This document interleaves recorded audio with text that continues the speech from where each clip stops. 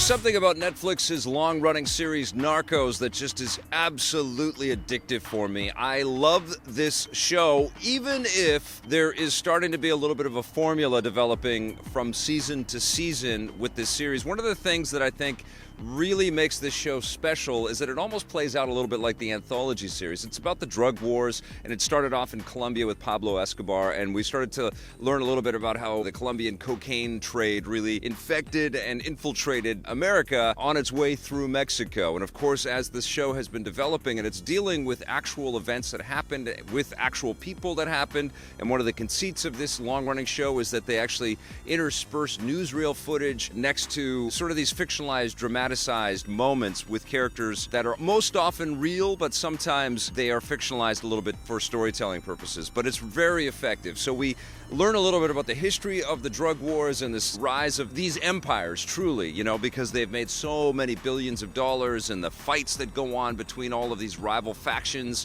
It's really incredible. It's almost like Game of Thrones, but the mountains are made out of cocaine. It's very, the wall is cocaine. I don't know where my analogy is going, but it's really hard to take my eyes off of it. So last season, Narcos traveled to Mexico and got us introduced to a character named Félix Gallardo, played by Diego Luna, and he does some heinous stuff in the first season, including killing a DEA agent, and that, of course, amplifies all of the pressures around him for where we catch up with him in season 2, and Diego Luna is in almost every scene, it feels like, in this wonderful season. It's amazing how humanizing he makes this awful, evil person who will stop at nothing to get what he wants. He will kill friends, he will betray friends, he will murder family members. He's just an awful, insidious person. And of course, he's got a lot of eyes on him. We've got Scoot McNairy sort of leading up the DEA charge to kind of get him and track him down. And so, of course, what we get is a bit of a cat and mouse tale throughout the season, where Scoot McNairy and his troop, his band of loyal police officers, they will arrest people, they will interrogate people, they will torture people. Awful stuff happens in this show, for sure. And it's, sometimes I'm watching the show through fingers like that because it's hard to kind of stomach what goes on. But it's always riveting and it's always interesting. And of course, the ripples of the drug trade, and we hear about the cartels in Mexico all of the time. So it's still ever present, it's still around us, and it's always fascinating to learn about the history and the roots and some of the decisions that were made.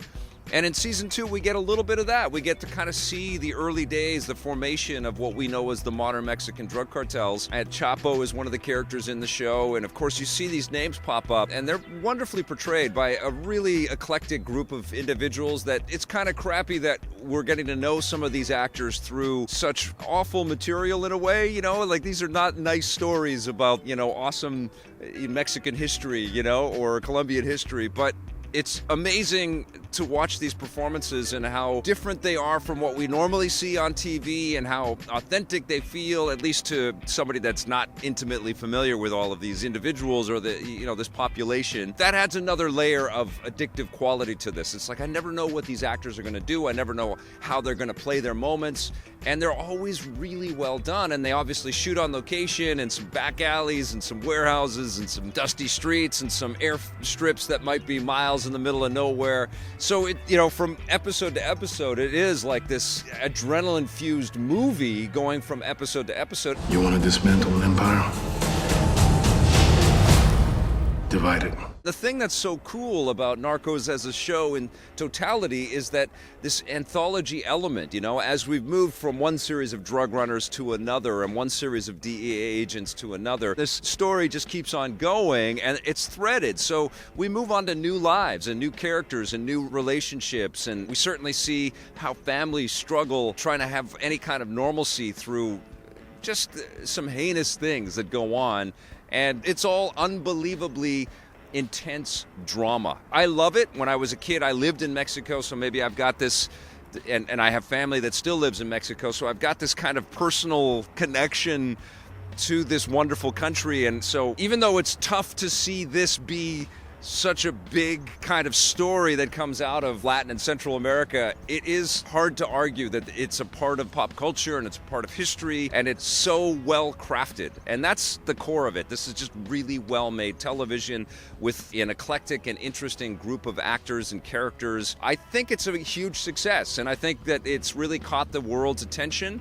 And I think there's a lot of people that have been affected by the drug wars and drugs in general, and I think there's a lot of eyes on this. So it's interesting. There isn't a lot of hoopla, there isn't a lot of buzz or promotion. It's like they just drop a new season and boom. And every Narcos season that has dropped, I've just been like, and just been completely floored by it and just binged the crap out of it. Can't think about anything else, just focused on that show. And that absolutely happened in season 5. Although the tropes of the show are starting to catch up with itself, and it's part of it's not like they can make it up as they go along. They've got to kind of hew to some of what really happened, but it feels a little bit like the walls are closing in and eventually the bad guys are going to get theirs, and then, we're going to wrap up a season and we're going to go on to the next thing. Another thing that I noticed too when I watched this show is that, of course, you want to Google the crap out of all of the characters and all the things that are happening and see exactly, it's like you don't want to know, but then you kind of want to know.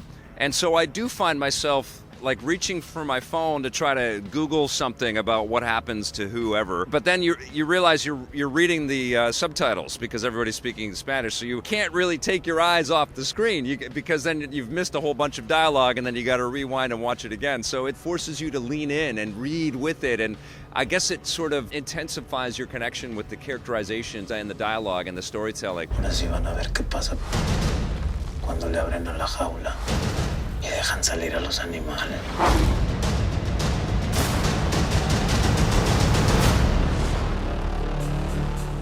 Incredible stuff happens in here. Very, very pleased by the performances. I don't think that this is the best of all of the Narcos seasons. If you haven't jumped in, definitely start with season 1 and 2.